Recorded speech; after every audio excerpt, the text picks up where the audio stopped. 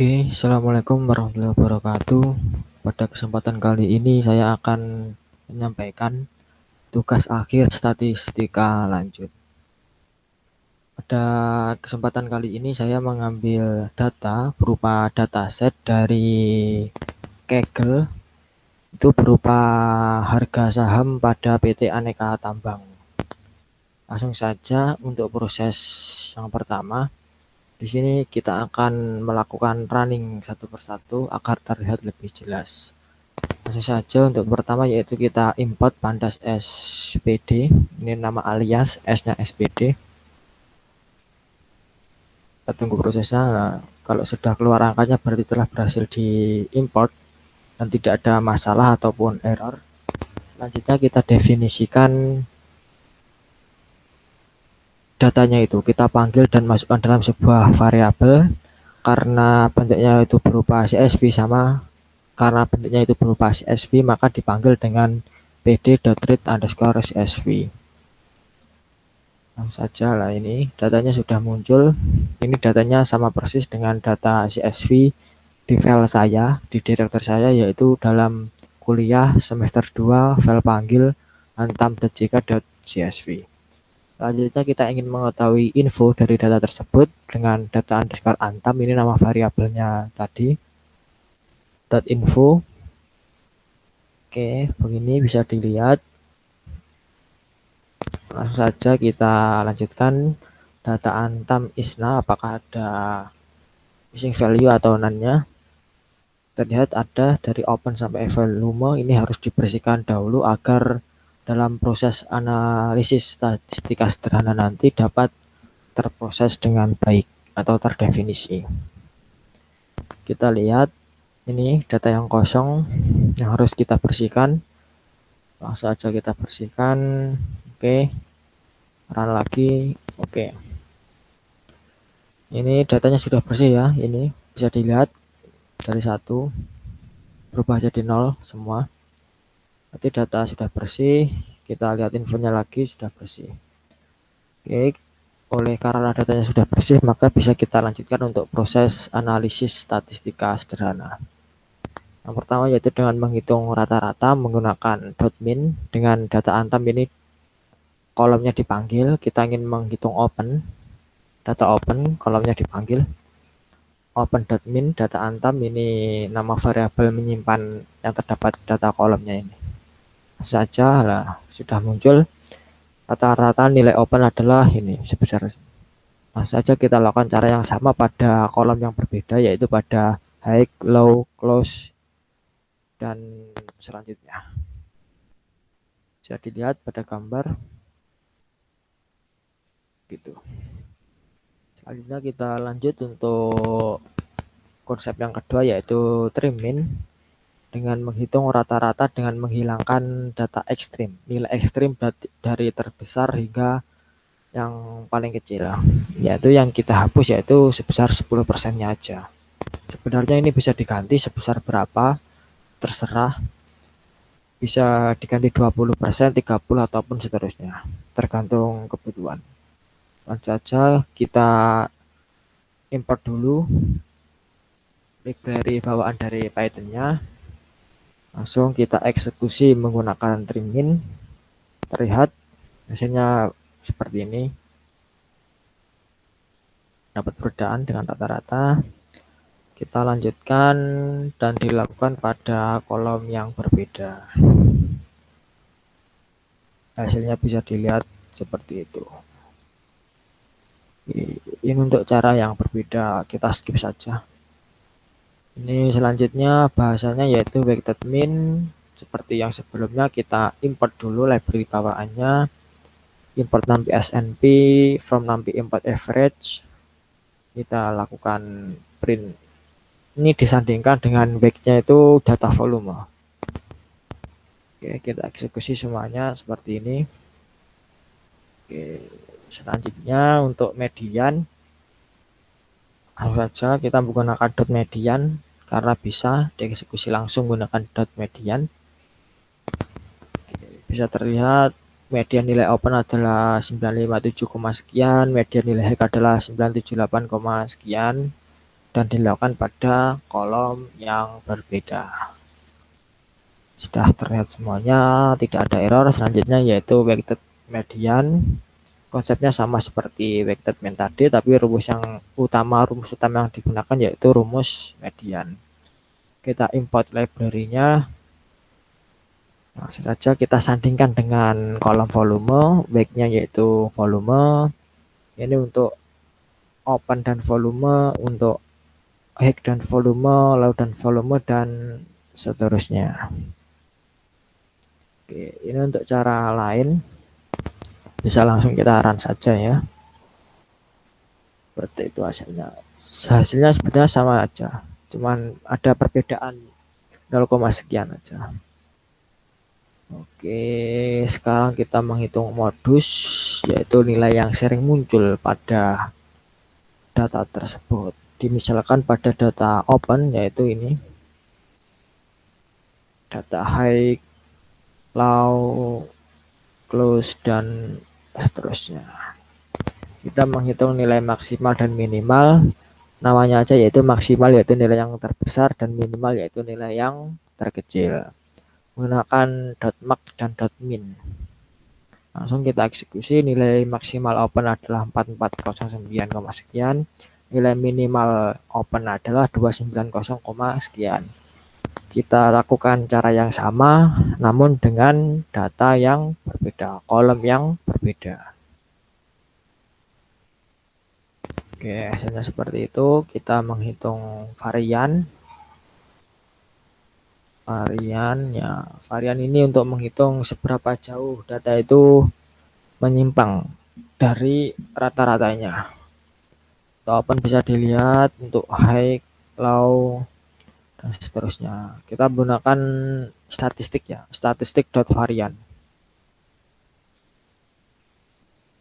Oke, selanjutnya untuk standar deviasi untuk menghitung seberapa banyak sih data yang berbeda dari rata-ratanya tersebut. Oke, untuk standar deviasi dari nilai open adalah 664, sekian. Kita lanjutkan. Oh iya, sebagai informasi aja, ini datanya ini sangat banyak ya, dari 2005 sampai 2021 bisa dilihat. Jadi cukup banyak data yang digunakan. Sampai mana tadi kita? Oh, sampai ini mean absolute deviation. Ini untuk mengukur akurasi dari forecast dengan membuat sama rata dari besarnya kesalahan perkiraan, yang dimana setiap forecasting memiliki absolut untuk setiap errornya. Langsung saja kita eksekusi menggunakan .mat, maksudnya mean absolute deviation. Maksudnya mean absolute deviation dari nilai open adalah 516, sekian. Mean absolute deviation dari nilai hack adalah 527, sekian. Kita lakukan cara yang sama dengan kolom yang berbeda. Oke, untuk caranya median absolute deviation kita skip saja dulu. Selanjutnya kuartil dan persentil, yaitu untuk kuantil. Maksudnya kuantil ini yang kita gunakan adalah bagian persentil atau per 100-nya. Fungsinya untuk membagi pengamatan dalam sampel dengan cara yang sama. Kita mengetahui kalau dibagi 5% itu datanya sekian, 25% itu sekian, 50% sekian, 75% sekian, dan 95% sekian. Ini kita ganti 0,90 atau berapapun bisa. Selanjutnya kita lakukan pada data high, yaitu ini bisa dilihat pada data low. Oke, kita lanjutkan pada kolom-kolom yang selanjutnya. Oke, bisa dilihat ya.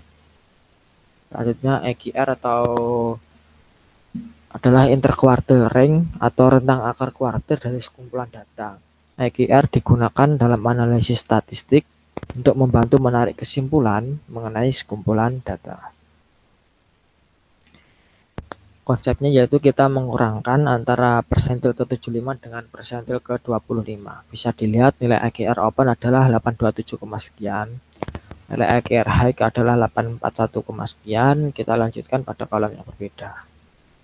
Bisa dilihat ya. Oke, seperti itu. Selanjutnya untuk proses 3, kita lihat apa yang terjadi dalam proses 3 kali ini. Oke, ini kita mendeskripsikan datanya tadi. Ini lebih enak dilihat ya. Ada count-nya, min, std, tanda deviasi, min, dari 5%-nya, dan maksimalnya berapa. Kita import matplotlib pylab SPLT, kita lihat apa yang akan terjadi, yaitu kita mendapatkan histogramnya untuk data open. Ini visualisasi gunanya untuk membantu kita lebih mudah dalam memahami data. Jika ingin melihat data dalam waktu cepat, ya menggunakan visualisasi seperti ini. Ini untuk data high, kita lanjutkan pada kolom-kolom yang selanjutnya, yaitu low, close, dan seterusnya. Oke, seperti itu. Selanjutnya untuk ini, apa yang akan terjadi, nah, kita melihat harga open berdasarkan tahunnya. Oke, bisa dilihat 2006, 2008, 2010, 2012 sampai 2020. Bisa dilihat persebarannya seperti itu. Ini sama, namun kolomnya yaitu kolom high, harga high. Ini untuk low, ini untuk close, dan selanjutnya. Seperti itu ya. Selanjutnya kita import Seaborn SNS untuk mengetahui apa sih yang bisa kita analisis, visualisasi apa saja yang bisa kita analisis. Prosesnya cukup lama ini, kita tunggu saja.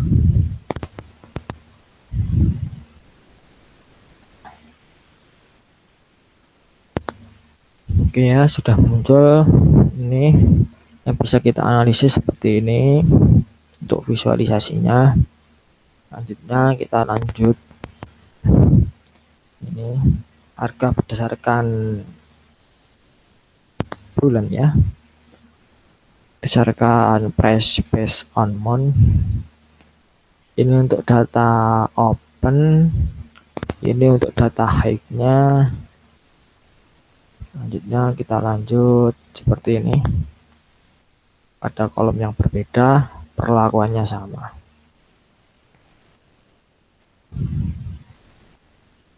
Oke, selanjutnya ya kita import matplotlib.pyplot SPLT. Ya, ini untuk mengetahui box plotnya. Untuk data opennya seperti itu. Nah, ini untuk data high dan seterusnya. Oke. Selanjutnya ini terdapat tambahan, kita lihat rangkuman dari OpenMin, rata-rata dari data open dari 2017, 2018, 2019, 2020 sampai 2021. Karena yang terpenting berdasarkan artikel, kalau data saham itu yang terpenting data dari open sama close-nya untuk menganalisis secara singkat dan cepat. Makanya kita rangkum untuk data 5 tahun terbaru. Bisa dilihat seperti ini. Selanjutnya untuk proses 4 yaitu regresi linear. Ini menyandingkan antara dua variabel. Kalau regresi linear, kita panggil dulu library yang dibutuhkan, import numpy snp, import pandas spd, import matplotlib.pyplot SPLT, dan import sklearn. Kita run saja, sudah berhasil. Kita set yaitu untuk sumbu X adalah open dan sumbu Y ini kurang Y, sumbu Y adalah close. Kita run saja ini grafik persebarannya, grafik open vs close nya seperti ini. Selanjutnya kita perlu memecah data training dan data testing terlebih dahulu agar bisa diproses dalam konsep regresi linear. Kita run saja. Nah, ini sudah terpecah. Kita bagi datanya dan saja. Oke, koefisien sebesar sekian, interceptnya sekian. Kita plot. Nah, ini